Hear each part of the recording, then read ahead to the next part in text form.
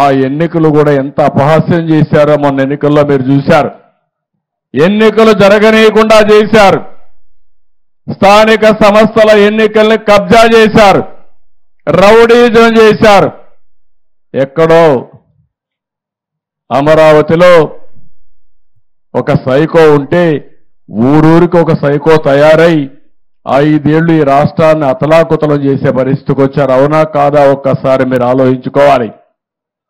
5 ఏళ్లు నన్ను కూడా గ్రామాలకు రానియలేదు. ఈరోజు 3 నెలలు దగ్గర అవుతా ఉంది, 80 రోజులైంది.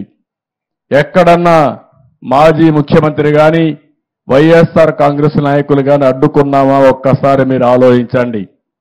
నేను ఒకటే ఆలోచిస్తున్నాను, ఇలాంటి వ్యక్తులు ఈ సమాజానికి చేటు. అయినా కూడా ఆ ఉద్యమం మీ దగ్గర నుంచి రావాలి. మొన్న ఎన్నికల్లో నేను చూశాను, తెలుగుదేశం పార్టీ పెట్టి 42 సంవత్సరాలు అయింది కానీ మొట్టమొదటిసారిగా 93% గెలిపించి బ్రహ్మరథం పట్టింది. ఈ ప్రజానీకమే బ్రహ్మరథం పట్టారు. అన్ని జిల్లాల్లో 100కు 100% గెలిపించారు. 57% ఓట్లేశారు. అంటే అవతల పాలన ఎంత మీకు బాధ కలిగించిందో, ఎన్ని అసౌకర్యాలు కలిగించాయో అది ఒక ఉదాహరణ మాత్రమే. దరిద్రం మా తమ్ముడు చెప్పినట్టు బాధ కాదు, దరిద్రం రాష్ట్రానికి పట్టినటువంటి ఒక శని. తమ్ముళ్ళు ఒక విషయం గుర్తుపెట్టుకోవాలా మీరు, ఇప్పుడు కూడా భూతం ఉంది. ఆ భూతాన్ని పూర్తిగా భూస్థాపితం చేస్తే తప్ప ఈ రాష్ట్రానికి ఎవరు మళ్ళీ రారు. ఆ విషయం మీరు గుర్తుపెట్టుకోవాలి. మళ్ళీ అంటా ఉంది ఆ భూతం లేచి నేను వస్తానని. ఏం చేస్తారు? ఏం చేస్తారు తల్లి? మీకు మంచి కావాలంటే, మీ భవిష్యత్తు ఉజ్వల భవిష్యత్తు కావాలంటే ఇలాంటి భూతాల్ని పూర్తిగా భూమిలో చిరస్థాయిగా ఏం చేయాలి? పాతేయాలి. కాంక్రీట్ కూడా వేయాలి మళ్ళా లేకుండా. అప్పుడే ఇది సాధ్యం అవుతుంది.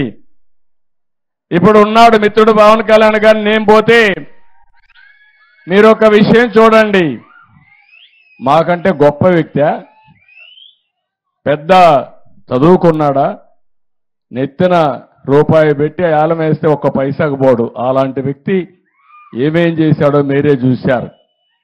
అందుకే ఈరోజు నేను మిమ్మల్ని అందరినీ కోరేది, మా ఆలోచన ఒకటి, ఒకసారి కంపేర్ చేసుకోవాలి.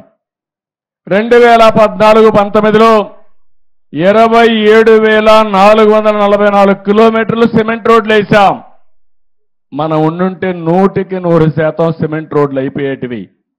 5 ఏళ్లలో 6,643 కిలోమీటర్లు వేశారు.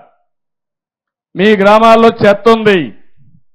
ఆ చెత్త కూడా ఒకప్పుడు మీరు చూస్తే మరుగుదొడ్లు లేకుండా రోడ్డు మీద చెత్తేసి రోడ్ని మరుగుదొడ్డుగా వాడుకున్న రోజులవి.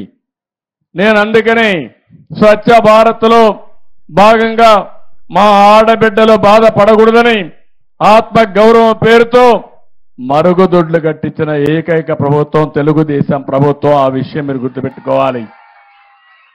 అదేవిధంగా చెత్త నుంచి సంపద సృష్టించాలని వానపల్లిలో మీ ఇంట్లోనే వచ్చి చెత్త మీ ఊర్లోనే వేస్ట్ కాంపోస్ట్ కింద తయారు చేసి అది మీ పొలాలకు ఉపయోగించుకుంటే లాభదాయకమని అలాంటి కార్యక్రమానికి శ్రీకారం చుట్టాం.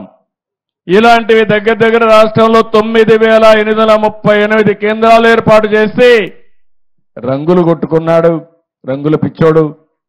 కానీ అది ఏమీ ఉపయోగించకుండా చేసే పరిస్థితి వచ్చింది. రంగుల మీద ఉండే పిచ్చ ఈ పేదవాళ్ల పైన ధ్యాస లేకుండా చేసే పరిస్థితికి వచ్చాడు. ఆ రోజు గ్రామాల్లో మీరు చూశారు, నేను ఒకటే ఆలోచించాను, ఎల్ఈడి బల్బులన్నీ పెట్టాను. అది కూడా ఆటోమేటిక్గా లైటింగ్ సిస్టమ్ పెట్టాం. దగ్గర 25,22,000 ఆ రోజు వీధి దీపాలు వెలిగిస్తే ఈ దుర్మార్గుడు వచ్చి వేసిన వీధి దీపాలు 40% వెలగడం లేదు, తీసేశారు. దొంగలు అవి కూడా తీసుకెళ్లిపోయారు. ఏం చెప్పాలనో అర్థం కాదు. అంటే ఎలాంటి పాలన ఈ రాష్ట్రానికి అరిష్టం. ఆ విషయం మీరు గుర్తుపెట్టుకోవాలి. పంచాయతీ నిధులు ఈరోజు ఇక్కడ సర్పంచ్ ఉన్నాడు, ఉత్సవ విగ్రహంగా తయారు చేశారు ఆయన్ని.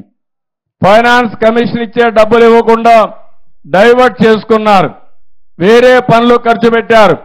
మేము పవన్ కళ్యాణ్ గారు వస్తామే 990 కోట్ల రూపాయలు మొన్నే రిలీజ్ చేశా, మళ్ళీ 1100 కోట్ల రూపాయలు రిలీజ్ చేయబోతున్నాం. అంటే దగ్గర 2100 కోట్ల రూపాయలు రాబోతుంది. ఇది కాకుండా నరేగా కింద డబ్బులు వస్తాయి. ఇవన్నీ వస్తే గ్రామాల్లో అభివృద్ధి జరుగుతుంది. గ్రామాల్లో అభివృద్ధి కళ ప్రారంభిస్తామని చెప్పి కూడా నేను మీకు తెలియజేస్తున్నా.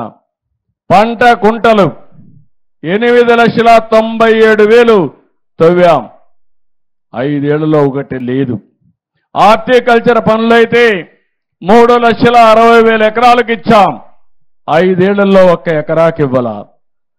ప్రతి ఒక్క దిక్కడ ఏవైతే ఈరోజు మహాత్మా గాంధీ జాతీయ గ్రామీణ ఉపాధి హామీ పథకం ఉందో నోటీస్ బోర్డులు పెట్టాం, ఊర్లలో సోషల్ ఆడిట్ చేశాం, ప్రజా చైతన్యం తీసుకొచ్చాం. 5 ఏళ్లలో ఎక్కడ చేశాడో ఎవడికి తెలియదు, ఎక్కడ భోంచేశారో ఎట్లా అరిగిందో కూడా నాకైతే అర్థం కావడంలా. అలాంటి దుర్మార్గమైన కార్యక్రమాలు చేసే పరిస్థితికి వచ్చారు. ఎన్టీఆర్ జలసిరి కింద 32,693 బోర్లు వేసి పంప్ సెట్లు పెట్టాం. ఈయన కూడా మాట్లాడి 2,550 పంప్ సెట్లు మాత్రం పెట్టే పరిస్థితికి వచ్చారు. ఆ రోజు మీరు చూస్తే ఓడిఎఫ్కి వెళ్ళాం, 18లోనే ఓడిఎఫ్ డిక్లేర్ చేసి ఓడిఎఫ్ ప్లస్ అనే కార్యక్రమంతో ముందుకు పోతే కనీసం వచ్చిన డబ్బులు స్వచ్ఛ భారత్లో ₹1 ఖర్చు పెట్టుకునే పరిస్థితులు లేరు. అందుకే నేను మిమ్మల్ని అందరినీ ఒకటే కోరుతున్నా, ఈరోజు రాబోయే 5 సంవత్సరాల్లో 17,500 కిలోమీటర్లు సిమెంట్ రోడ్లు అయిపోతున్నాం. ఈరోజు ఈ గ్రామంలో వానపల్లిలో ఒకటే హామీ ఇస్తున్నా, ఈ 2-3 ఏళ్లలో ప్రతి ఒక్క వీధికి సిమెంట్ రోడ్ వేసే బాధ్యత మాది. మట్లో తిరిగే పని లేదు. ఏం తమ్ముడు, అన్ని గ్రామాలు ఇక్కడే కాదు, వానపల్లె కాదు, వానపల్లి పంచాయతీ రాష్ట్రంలో అన్ని పంచాయతీలు చేస్తాం. 5 ఏళ్లలో మీ ఇంటికి పోవాలంటే ఎక్కడి నుంచి వచ్చినా మట్టి అంటకుండా మీ కాళ్ళు నేరుగా ఇంటికి పోయేట్టుగా చేసే బాధ్యత మాది. ఎందుకు ఇది సాధ్యం కాలేదని నేను అడుగుతున్నా.